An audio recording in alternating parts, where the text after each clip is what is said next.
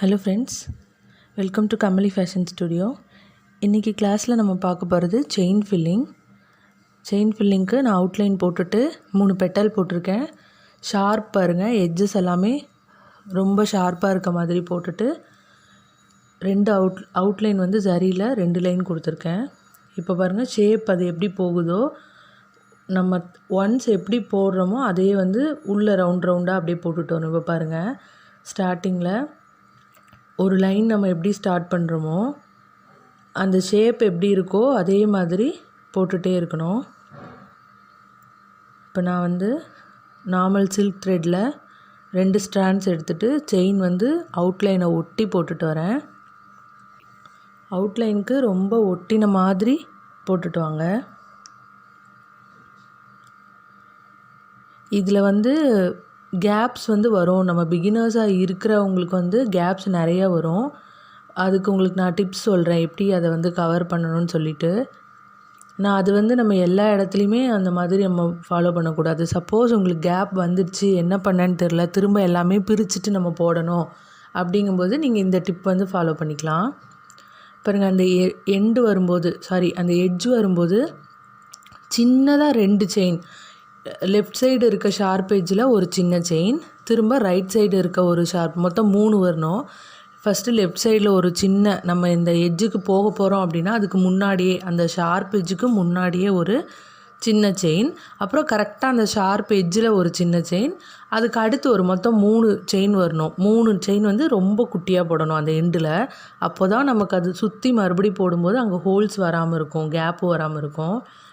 இப்போ நான் பாருங்கள் ஒரு இது ஃபில் பண்ணியிருக்கேன். இந்த செகண்ட் நான் உங்களுக்கு ஃபுல்லாக காட்டுறேன் எப்படி நம்ம வந்து கேப்ஸ் இல்லாமல் போடணும்னு சொல்லிட்டு. இப்போ ஒரு எண்டில் ஸ்டார்ட் பண்ணிவிட்டு செயின் வந்து அப்படியே போட்டுட்டு போகிறோம்.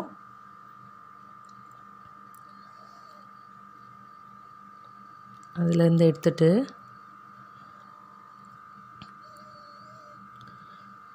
செயின் ரொம்பவும் சின்னதாகவும் வேணாம், ரொம்பவும் பெருசாகவும் இல்லாமல் ஒரு நார்மல் மீடியம் சைஸில் போட்டுக்கோங்க. அவுட்லைன்லேருந்து என்ன சைஸில் போடுறோமோ சேம் அதே மாதிரி போட்டுட்டு நார்மல் செயின், வெறும் நம்ம செயின் ஸ்டிச் தான். அந்த பாருங்கள் எண்டு போகும்போது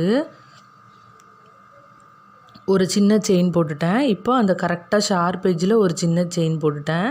இப்போ த்ரெட்டை வெளியே எடுத்துகிட்டு ரொட்டேட் பண்ணும்போது ரொம்ப பக்கத்தில் கிட்ட ஒரு சின்ன செயின், அப்படி போட்டால் மட்டும்தான் நமக்கு அங்கே கேப் விழுகாமல் வரும். இப்போது ஒரு லைன் நம்ம கம்ப்ளீட் பண்ண போகிறோம். திரும்ப அந்த எண்டில் நம்ம எந்த இடத்துல எண்ட் பண்ணுறோமோ, இப்போ பாருங்கள் முடிக்க வரோம். ஒரு லைன் வந்து சில்க் த்ரெட்டில் போட்டு கம்ப்ளீட் பண்ணி முடிக்க வர டைமில் ஒரு சின்ன லாக் போட்டுட்டு செகண்ட் லைனை அதே மாதிரி நம்ம ஸ்டார்ட் பண்ணணும். சேம் எந்த இடத்துல தொடங்கினோமோ அங்கேருந்து இன்னொரு லைன் நம்ம போட போகிறோம். ரொம்ப பக்கத்தில் ஒட்டி, எவ்வளோ தூரத்துக்கு உங்களுக்கு அந்த செயினை ஒட்டி போட முடியுமோ அவ்வளோ தூரம் பக்கத்தில் போடுங்க. அப்போ தான் நமக்கு கேப்ஸ் இல்லாமல் வரும். நல்ல பக்கத்தில் ஒட்டின மாதிரி போடணும். நம்ம நீடில் பஞ்ச் பண்ணும்போதே வந்து தள்ளி நமக்கே தெரியும். நீங்கள் பஞ்ச் பண்ணும்போது அந்த நீடில் வந்து பக்கத்தில் இருக்க செயினை ஒட்டுற மாதிரி ஒட்டி இருக்கணும். அப்போ தான் நம்ம செயின் வெளியே எடுக்கும்போதும் உங்களுக்கு கேப் இல்லாமல் இருக்கும். பாருங்கள் ஒரு சின்ன லாக் ஒன்று போட்டுட்டேன், திரும்ப ரிவர்ஸில் திருப்பிட்டு ஒரு சின்ன லாக்கு. இப்போ மறுபடியும் அப்படியே கீழே போய் கம்ப்ளீட் பண்ணுறோம். இது ரொம்ப கேப் இல்லாமல் வரவே வராது. உங்களுக்கு மைல்டாவது கேப் கண்டிப்பாக இதில் கிடைக்கும். ரொம்ப ப்ராக்டிஸ் பண்ண தான் நமக்கு அந்த கேப் இல்லாமல் உங்களுக்கு வரும். செயின் ஃபில்லிங்கில் ஒரு மைல்டான சின்ன கேப் வந்து உங்களுக்கு தெரிய தான் செய்யும். அதனால் நீங்கள் இதை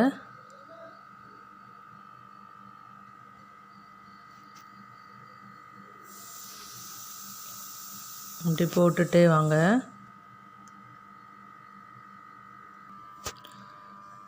இப்போது அந்த எண்டில் ஒரு சின்ன லாக் போட்டு டர்ன் பண்ணுறோம். டர்ன் பண்ணும்போதும் அந்த செயினோட லூப் வந்து கரெக்டாக இருக்கணும். ஒரு மாதிரி ட்விஸ்ட்டாக இருக்கக்கூடாது. சில நேரத்தில் இங்கே ரிட்டன் நம்ம எடுக்கும்போது எதுக்காக நம்ம அப்படி ரொட்டேட் பண்ணி அந்த லூப்பை வெளியே எடுக்கிறோன்னா, செயினை நீங்கள் அப்படி திருப்பாமல் நீங்கள் அந்த லூப்பை திருப்பாமல் விட்டுட்டிங்கன்னா உங்களுக்கு நடுவில் ஒரு அது எப்படின்னு சொல்ல 2 இதுவும் வந்து இப்படி பின்னின மாதிரி இருக்கும். அந்த மாதிரி இருக்கக்கூடாது. பாருங்கள், இப்போ உள்ளே வந்தோடனே இந்த சிங்கிள் லைன் மட்டும்தான் இப்போ நம்ம செயின் போட வேண்டியது வரும். அந்த சிங்கிள் லைனில் நீங்கள் வேறு கலர் நம்ம டபுள் கலர் கூட கொடுத்துக்கலாம். கோல்டன் கலர் வேறு என்ன கலர் வேணால் கொடுத்துக்கலாம். இதில் வந்து நான் வந்து உங்களுக்கு சேம் ஒரே கலரில் போட்டு காட்டுறேன். இப்போ பாருங்கள், நமக்கு அந்த ஒரு கேப் தெரியுதா? இந்த டிப் தான் நான் உங்களுக்கு சொல்ல போகிறேன். அந்த சின்ன கேப் தெரிகிற இடத்துல திரும்ப நம்ம ரிவர்ஸில் வந்துட்டு ஒரு லைன் செயின் போட்டுக்கோங்க.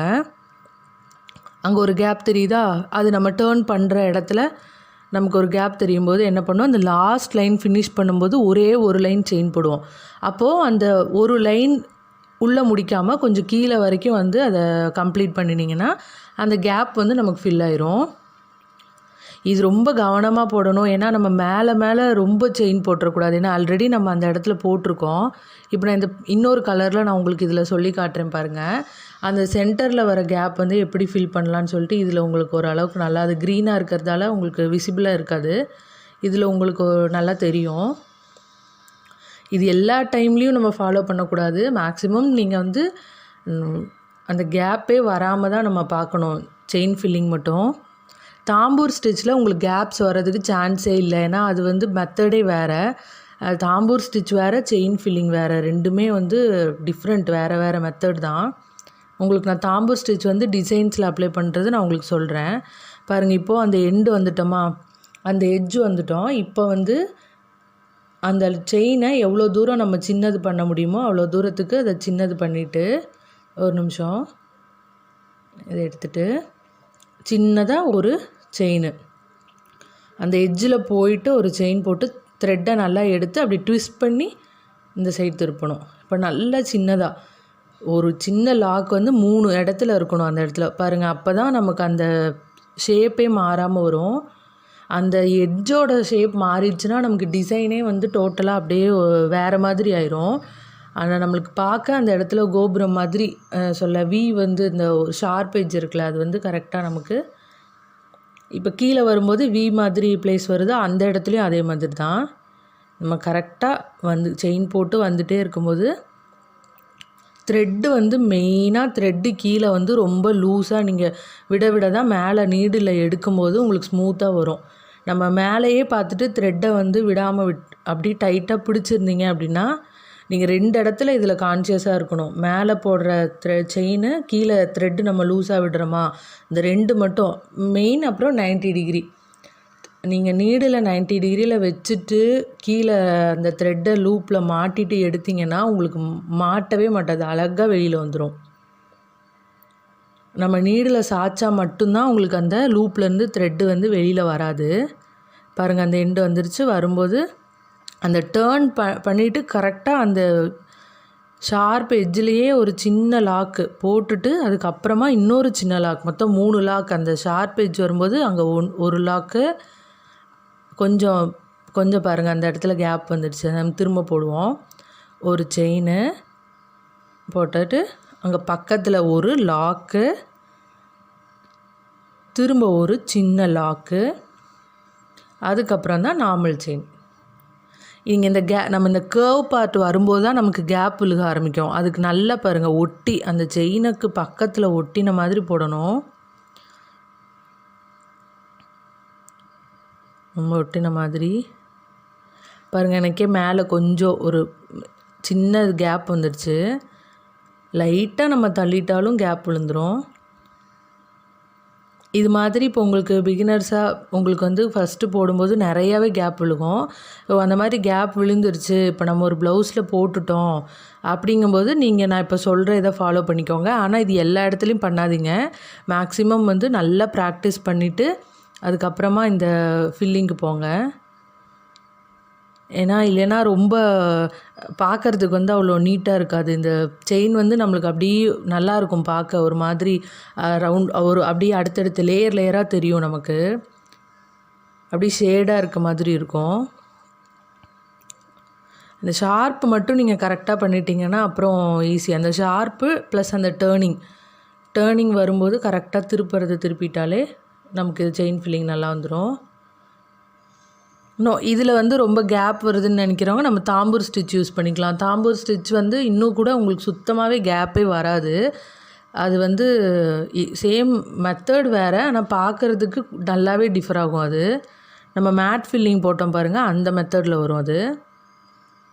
இப்போ உள்ளே வர வர பாருங்களேன், உள்ளே வர வர சில பேருக்கு என்ன ஆகும்னா அந்த இடம் மட்டும் குழியாக ஆரம்பிச்சிரும். அந்த கிளாத்தோட இடம் குழி. அதுக்கு ரீசன் என்ன, நீங்கள் அந்த பஞ்ச் பண்ணிவிட்டு த்ரெட்டை வந்து ஒன்று நீடில் கரெக்டான இடத்துல த்ரெட்டை இழுத்து எந்த இடத்துல செயின் வரணுமோ அந்த இடத்துல பஞ்ச் பண்ணணும். நீங்கள் அப்படி பண்ணாமல் நான் உங்களுக்கு அடுத்தடுத்த வீடியோஸில் என்னென்ன தப்பெல்லாம் வந்து பண்ணுவோம் நம்ம இந்த பிகினர்ஸாக இருக்கிற டைமில் என்னெல்லாம் தப்பு வந்து நடக்கும் அப்படின்னு சொல்லிட்டு நான் உங்களுக்கு அது தனியாக நான் உங்களுக்கு சொல்கிறேன். அப்போ உங்களுக்கு கிளியராக புரியும் எந்த மாதிரி பண்ணுறோம், அப்படி பண்ணக்கூடாது அப்படின்னு சொல்லிட்டு. பாருங்கள், இந்த எண்டு வரும்போது ஒரு சின்ன லாக்கு. இப்போ ஒரு சிங்கிள் லைன் இருக்கா நமக்கு, அவ்வளோதான். இது இப்போ ஃபில் பண்ணிட்டோம். இப்போ பாருங்கள், சென்டரில் நமக்கு வந்து கேப்ஸ் தெரியுதா? சென்டர் லைனில், அதாவது அந்த டேர்னிங் திருப்பின இடத்துல எல்லாமே அது கேப்பை விட என்ன சொல்ல, அந்த நீடிலோட உங்களுக்கு ரொம்ப க்ளோஸ்அப்பில் பார்க்குறதால அந்த ஹோல்ஸ் நல்லாவே தெரியுது.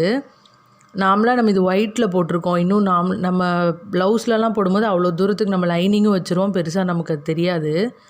பாருங்கள், இந்த லைனில் நமக்கு அந்த கேப் தெரியுது. அந்த கேப்பை நம்ம ஃபில் பண்ணுறதுக்கு நேராக அந்த சென்டர் லைன் போகும்போது ஒரு செயின் போட்டுருங்க. போட்டு சென்டர் லைனில் இப்போ ஒரு 3 செயினோட அந்த பூவோட இதே முடிஞ்சிருதுன்னு வச்சுக்கோங்களேன். நம்ம அப்படி இல்லாமல் கூட இன்னும் ஒரு 3 ஸ்டிச் போட்டு அந்த இடத்த கவர் பண்ணிடும். இப்போ கீழே பாருங்கள், ஒரு 3 டாட்ஸ் மாதிரி தெரியுதா? இப்போ என்ன பண்ணுறோம், இந்த எண்டுலேருந்து எடுத்து பாருங்கள், ஒரு 2 செயின் போட்டு அந்த கேப்பை, இது கேப் வந்தால் நம்ம கவர் பண்ணுறதுக்காக. இது மெத்தட் இப்படி நம்ம பண்ணக்கூடாது, கேப் இல்லாமல் தான் போடணும்.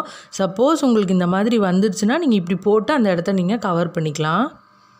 ட்ரை பண்ணி பாருங்கள். நெக்ஸ்ட் வீடியோவில் நம்ம வேறு ஒரு கிளாஸில் பார்ப்போம். டவுட்ஸ் இருந்தால் கமெண்ட் பண்ணுங்கள் ஃப்ரெண்ட்ஸ். நம்ம சேனலை சப்ஸ்கிரைப் பண்ணுங்கள். செயின் ஃபில்லிங் உங்களுக்கு புரிஞ்சிருக்கும். நெக்ஸ்ட் வீடியோவில் நம்ம வந்து வேறு ஒரு ஸ்டிச்சை எப்படி எந்த மாதிரி நம்ம மெத்தடில் நம்ம போடணும்னு சொல்கிறேன். Thank you friends.